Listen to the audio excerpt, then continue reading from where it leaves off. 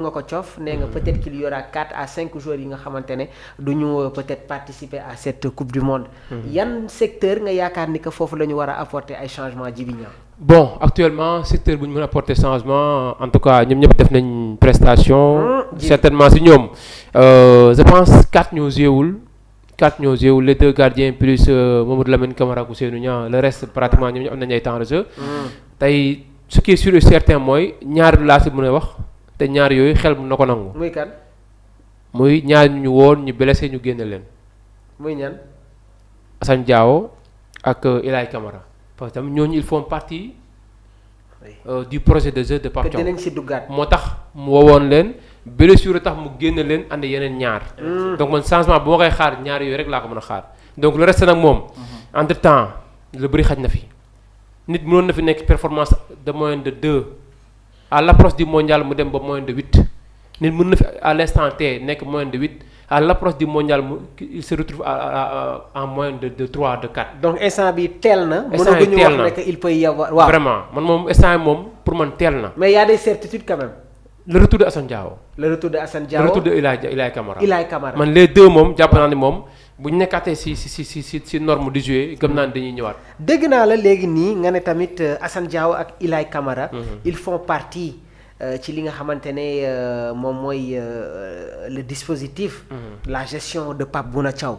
alors dafa am joueur boo xamante ne tamit bëgg naa nga wax ci moom tuuti. daanaka li ñu dese ci ay waxtu bëreetul si ay simili bëreetul. muy le jeune Mamadou Sarr. Djiby qu'est-ce qui va se passer. lan mooy xew sur les prochaines sorties ndax Pape Bouna Thiaw day continuer avec cette charnière. wala day ñëwaat avec un schéma à 3 derrière. bon man je pense que am na loo fi waxoon de. avec si schéma A3 bi. waaw schéma A3 xam nga waxoon naa la c'est que booy dem xare foog nga yóbbaale sa arme yëpp. waaw schéma bi Sénégal tam Pape Thiaw wan na la ni. gars naan Djiby lu muy wax nii. wan na la ni avec ce schéma là c'est que Mamour mënoo dem CAN war a jouer plus de 7 matchs au max. naan yaa ngi yóbbaale ay 2 systèmes. damaa namoon variété bi foog mu bëri. non xam nga macha allah léegi suñu techniciens dañoo commencé bëri. Sénégal léegi macha allah ñun ñàkkatuñu ay techniciens Pape Thiaw rek buñu doon xeeb au début tey ñëpp a ko nangul. te malgré ba muy jotee pas ses diplômes kenn fekkewu ko. ba muy def ses preuves feneen gars yi peut-être gisuñu ko woon. mais tey jii ñëw na apporter benn touche boo xam te ne ñëpp xam nañu Pape Thiaw mi dafa am benn touche bu mu yore. tey ci biir loolu gis nañu contre ba Abdoulaye Seck duggee noonu. tantôt mu def couloir droit yenn saa itam mu dugg jouer défense à mu nekk défense à 3. lui avec Mamadou Sarr ak Moussa Niakhaté. parfois aussi tam mu jël couloir bi en tant que arrière droit. tey Sénégal war na gars yi ne mën na jouer avec défense à 3 changement tactique ci biir match bi. donc foofu mooy entraîneur mais pas nga def benn joueur génn beneen joueur dugg nga dem def changement pour changer kese. mais parfois selon les joueurs yu ne si terrain bi si dispositif bi si nga koy changer. donc tey gis nañu ko Pape Thiaw laa fee si mondial aussi tamit dañ koy xaaraat mu def ko peut-être. dañ koy xaaraat mu def ko circonstance yi mën na présenté wu te bu présenté wu da koy def. parce que man jàpp ma ne que bon c'est lui le coach. moom mooy décider. mais ak prestation yi nga xamante ne Mamadou Sarr def na ko. mu ñëwaat toog ci banc bi. est-ce que du xaw a compliqué trop parce que Kalidou Koulibaly tamit quoi qu'on puisse dire vu sa CAN avec son âge. si il a un jeune comme Mamadou Sarr des jeunes comme Mamadou Sarr et Moussa Niakhaté. daf koy permettre encore une fois de ne pas dépenser trop d'énergie. mais man dans l'aspect tactique ci li nga xamante ne moom mooy structuration du jeu bi. je pense que l'équipe nationale du Sénégal se projette dans un schéma à 3. waaye nag loolu su amee. Pape sera obligé de réduire un milieu de terrain. te jamono jii nii Gana ak Pape Alassane. ñooñu moom doo leen laal dans le dispositif. ñun doo leen laal. waaw alors que derrière y a Pathé y a Habib Diarra. Lamine Camara. Pape Matar Sarr. duel bu war a am diggante Ilimane ak Ismaïla. cette concurrence saine dans l'équipe nationale. yaa ci yow laay jëlaat avant muy ñëwaat ci Djiby. waaw c'est tout à fait normal. pour cette concurrence. loolu ndax équipe yëpp moom lañ bëgg. parce que football aussi bu concurrence amul talent du mën a feeñ. bu critique amul comme sànq nuñ ko doon waxee nit ñi duñu mën a def effort bu baax a baax pour gën a wone seen bopp. donc concurrence boobu moom la Sénégalais doon ñaan moom lañ am. boo xoolee côté yëpp am na concurrence milieu terrain bi dafa xat. défense bi gis nga Mamadou Sarr ak ñeneen ñu ngi ci banc bi di xaar. donc aussi y a de ces joueurs foogoon nañ ni que dinañ ñëw équipe nationale du Sénégal ñëwuñu donc temps bi li des bari na. 5 mois du lu ndaw ci football ndax lépp mën na say xew. blessure baisse forme yeneen ak yeneen donc la donne peut changer à tout moment très cher lépp mën na basculer à tout moment jour yi nga jàpp ni que tey jii nii mën nañ dem à cette coupe du monde mën na dem 1 mois 1 semaine 3 semaines mais blessure mën na ñëw gis nañ le cas d'Assane Diao il a parfaitement raison parce que li des moo bëri fait de jeu dafa bëri football dafa doy waar li ci laxasu moo bëri gis nañ fi joueurs yi nga xamante ne jot nañ leen récupérer balaa ñuy dem ci coupe d'Afrique ñu mel ni ñoom Habib ak ñeneen difficilement ñu ànd ak ñoom ci boobule compétition ak blessure yi nga xamante ne Sénégal jot na ko am c'est pour te dire que liste mën na dem ba génn blessure juddu ci ginnaaw joueur bi génn ñu indi ñeneen waaw lu ñu mën a wax rek sànq ji bi mu ngi koy wax Pape Thiaw dafa di entraîneur bi nga xamante ne dafa am lu mu soxla dafa am lu mu gëm dafa am li nga xamante ne moom la indi politique de jeu boobu jàpp na que lii moo koy may victoire te Assane Diao ak Ilay Camara bokk nañ ci boobule organisation moo tax mu woo leen donc blessure moo tax ñu écarté wu espérons que bu ñu retrouver seen forme à 100% dañ mën a bokk ci groupe bi nga xamante ne mooy dem à la coupe du monde très bien gis-gis la rek mais du caaga ne que li nga xamante ne entraîneur bi moom lay def waaye xalaat bu gàtt la woon bi nga xamante ne fallait que ñu wax ko Djiby es-tu satisfait de la prestation de Nicolas Jackson ci bi la Coupe d'Afrique parce que bokkoon nga tamit ci ñi nga xamante ne vraiment gëmoon nga Nicolas Jackson yàgg nga def ay analyse si moom des prestations réussies face à l'Égypte ak équipe bi nga xamante ne moom mooy le Maroc waaw man dama koy jox benn note bu baax parce que quand même bu fekkee nii depuis le Botswana la gëj a marqué c'est defoon donc son doublé après il était bien parti pour dem jouer ji le trophée du meilleur buteur du tournoi malheureusement après yeneen match yi gisuñu carrément mu ñëw bon peut-être aussi tamit mën na si bokkaale par rapport ak les changements yi Pape Thiaw apporté woon parce que tamit gis nañu à un moment donné jël na Habib Diallo pointé loo ko jël na Serif Ndiaye aussi tamit apporté ko lui aussi tamit qui a marqué 2 buts dans ce tournoi ñoom ñëpp la yóbbu ñoom ñëpp joué nañ bu laay jëm moo si def minutes yu gën a ndaw par rapport ak ñoom 3 mais quand même dans l'ensemble ni ko Pape Thiaw utilisé da ngay xam ni Nicolas c'est Nicolas le choix numéro 1 du sélectionneur parce que quand même Mosier moo ko ubbi moo ko tëj les dernières sorties les autres dañoo retrouver le banc muy Serif ak Habib Diallo après Nicolas moom mujjee donc continuer les derniers matchs mais quand même surtout face aux équipes maghrébines là il n'a pas marqué certes mais quand même il s'est signalé exactement face à l'Égypte ak contre le Maroc parce que tamit c'est un joueur boo xamante ni il est technique il a tout seulement que rek lucidité ba léegi moo ko manqué adresse devant les buts mais pour man comme il est encore jeune moo tax war na see gën a travailler moom it comme critiquer ni muy jigéen ñenn ñi moom tamit war na fexe ba critiquer moom it ci côté tamit mu jéem a apporter tamit des solutions face à ces critiques yoo xam ne parfois da koy dal mais quand même il reste en tout cas un grand attaquant Nicolas Jackson et également il a besoin du temps de jeu xam nga surtout avec le Bayern Munich peut-être ñu ngi naan bu jeexee peut-être mën na am dafay quitter day dellu Chelsea du fa rester parce que tamit bëgguñu koo garder mais c'est à lui également de vraiment de travailler encore davantage pour jéem retrouver vraiment son efficacité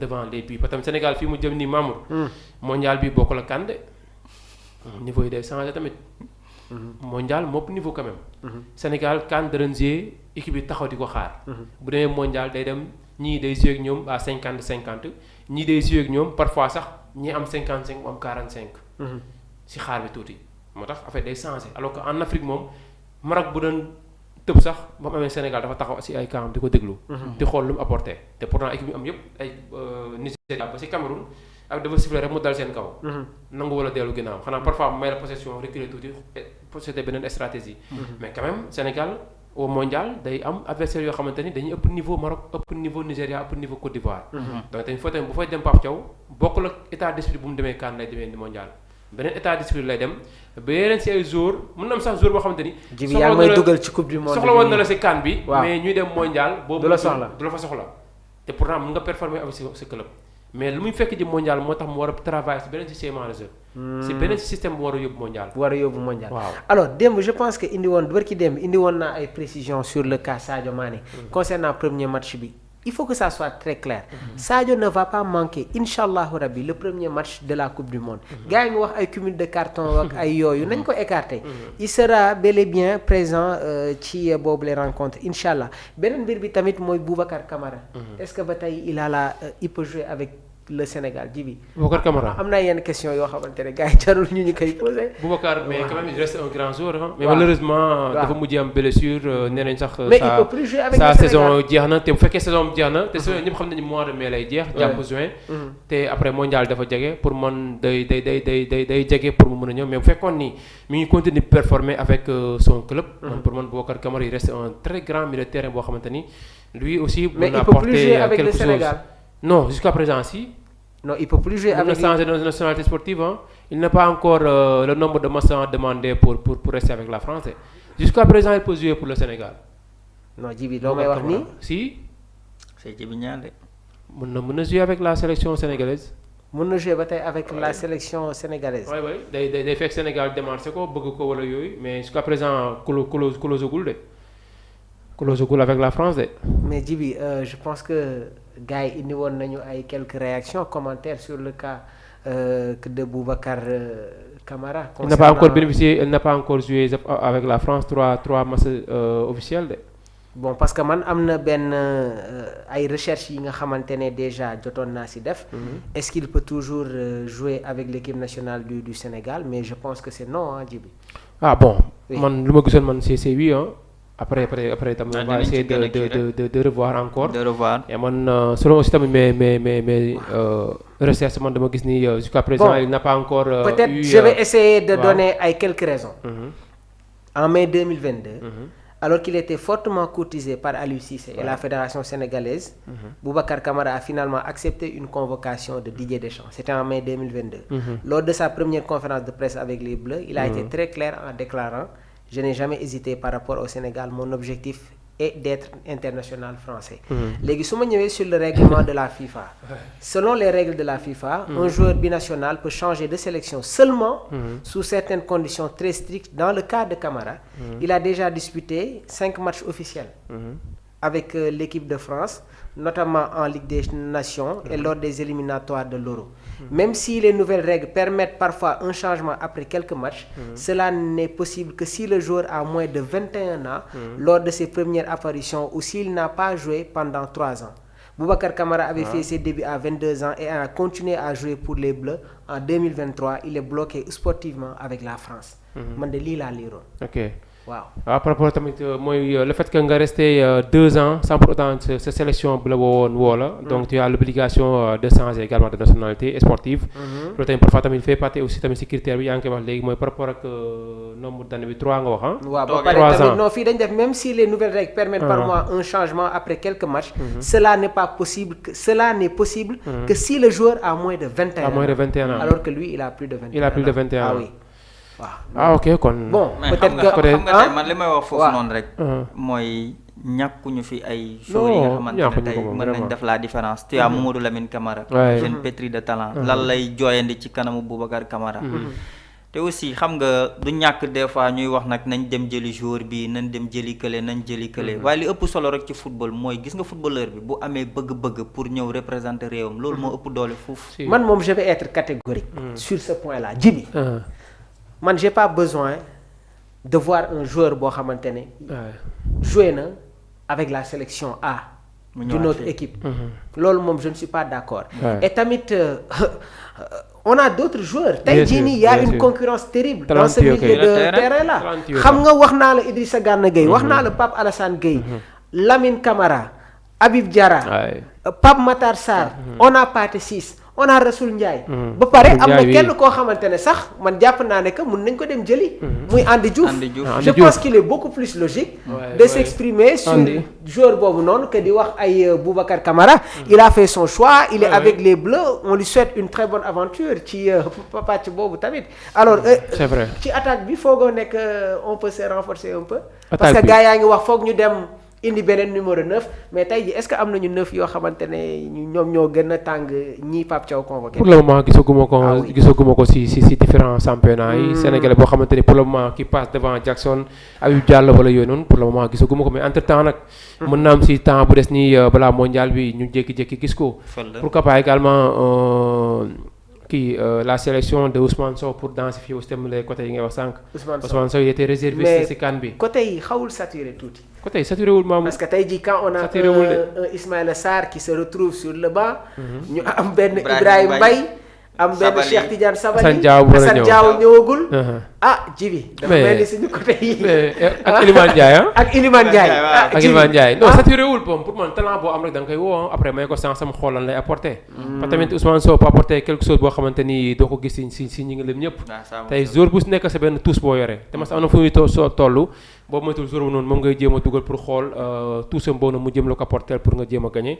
te Ousmane Sow également il a un profil réel boo xamante ni pour man war nañ ko mën a essayer jàpp naa ni les prochains rassemblements Pape Thiaw dina ko woo. On va terminer rapidement ak défense bi tuuti bon am na ay joueurs yoo xamante ne ñu ngi leen di évoquer on a un défenseur du côté de l'Atlético Bilbao Rayo Vallecano ñoom Robert Mendy d'autres joueurs est-ce que jàpp nga ne que le secteur défensif peut être renforcé man je pense qu'on peut avoir un doublure de Moussa Niakhaté qui est gaucher parce que am gaucher si sa défense dafay am ne li nga xamante ne moom mooy équilibre amoon nañ ko ak Abdou Lahad Diallo mais je pense que aujourd'hui à part Moussa Niakhaté amaatuñu beneen gaucher ak quoi waaw amaatuñ ko mais tamit Abdou Lahad Diallo sem n'a pas encore dit son dernier mot. mais est-ce que jàpp nga ne que Abdou Diallo ak bien boy sûr Abdou Diallo il fera tout pour jéem a dem mondial te ça dépend de lui aussi parce que tamit moom moo jéem a war a changer club est-ce que Abdou Diallo pour man deuxième partie championnat bi des nii Mamour bu fekkee changé na club jógee Qatar ñëwoon France wala Italie wala genre championnat européen yu relevé yi ba retrouver son niveau gisuma lu koy teree ñëwaat si équipe avec son âge ak boy yi nga xamante ne ñi ngi si mais mën na nekk doublure Moussa Niakhaté expérience am talent parce que tamit mais am na talent bi de un jeune comme Moussa Niakhaté Ndiaye comme Nobel Mendy est-ce que ce n'est pas plus logique bon logique ça dépend des performances aussi des performances mais tamit Nobel Mendy certes mi ngi see performance yi muy def avec le Rayo Vallecano moom it il mérite vraiment de venir pour ñu jëm ko xool parce que il est jeune il est engagé tamit il est également vraiment dur sur l'homme mais Abdou Lahad Diallo aussi tamit il fait partie des cadres de l'équipe benn son discours ñëpp dañ koy rafetlu beneen bi mooy il peut apporter tamit beaucoup de choses en sélection man la si les derniers mois qui restent nii bu fekkee jëm na changer club pour un préparateur physique travail dëgg si les 5 mois performer avec son équipe man jàpp naa ne Pape Thiaw da koy woo pour mu nekk Bamba Dieng waxoon naa ko waaw wax naa la mooy performance yi rek ngay topp heure bi parce que coupe du monde li ci des bari na donc joueurs yi mën a exploser ci diggante bi fii nii buñ ko defee rek affaire yi day changer facilement entraîneur bi aussi li koy jox victoire defe naa loolu la bëgg te bu jàppee ni que profil bi dina mën a arranger équipe bi dina ko indi c'est juste ça lépp mën na changer joueurs yi dem coupe d'Afrique bi ni gagnal la ko mën nga dem ba mu des un mois à cette compétition di coupe du monde bi nga percer 10 joueurs mais mën mu ngi noonu ça passe vite mais mën nga si perdre ay 5-10 joueurs Mamour nga indi ñeneen comprendre nga lépp mën na am nañ ñaan rek mooy tey jii nañ ñaan yàlla Pape Thiaw continuer joueurs yi kenn bañ am benn gaañ parce que man daal groupe bi daal moom dal na xel vraiment dal na ma quoi ak tamit suñuy joueurs tamit club yu nekk tam ñuy jouer man surtout ñu nekk en France nag surtout ça France moom damay ragal comme war nañ koo am rek ñu jëm a teg seen pexe ba suñu joueurs yi évoluer en France yëpp fexe jaar suuf seen i coach di leen teg si banc beeg pour ñu bañ am temps rek merci beaucoup Djiby Niang merci beaucoup à Yaya donc ñoom la ñu àndaloon vraiment ci jotaay bi alors Djiby je pense que jeudi grand am woo na ma moom itamit mi ngi ci différents plateaux yi mi ngi woon à Tanger après Rabat donc il va nous jeudi incha allah